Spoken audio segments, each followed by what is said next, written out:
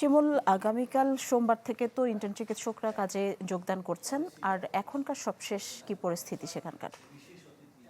দেখুন নিশি, গত শুক্রবার থেকে কিন্তু ঘটনার সূত্রপাত, তারপর থেকে কিন্তু আজ পর্যন্ত আসলে ইন্টার্ন যারা চিকিৎসকরা রয়েছেন তারা কর্মবিরতিতে ছিলেন। এবং গতকালও যিনি হাসপাতালের পরিচালক রয়েছেন তিনি ইন্টার্ন চিকিৎসকদের নিয়ে বসছিলেন, কিন্তু আসলে কোনো ফলপ্রসূ আলোচনা হয়নি, যার কারণে আজকে আবার সকাল 11:30টার দিকে একটি বৈঠক শুরু হয়। বৈঠকটি প্রায় 2 ঘন্টা চলে এবং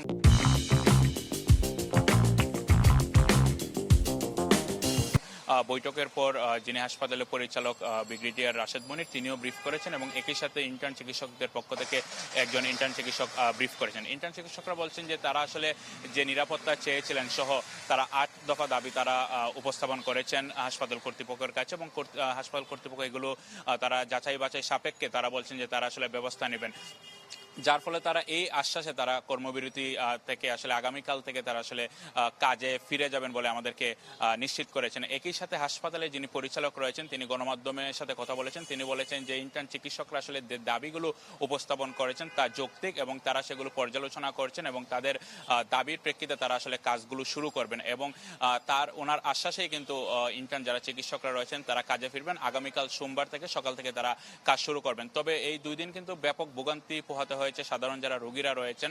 রোগীরা অভিযোগ করেছেন যে তারা ইন্টার্ন চিকিৎসকদের না পেয়ে তারা খুবই বিড়ম্বনায় পড়েছিলেন। তবে হাসপাতালের পক্ষ থেকে বলা হয়েছে মিড লেভেলের চিকিৎসকরা কাজ চালিয়ে গেছেন। তো নিশি, আমার কাছে এই ছিল সিলেট ওসমানী মেডিকেল কলেজ হাসপাতালের ইন্টার্ন চিকিৎসকদের কর্মবিরতির সবশেষ।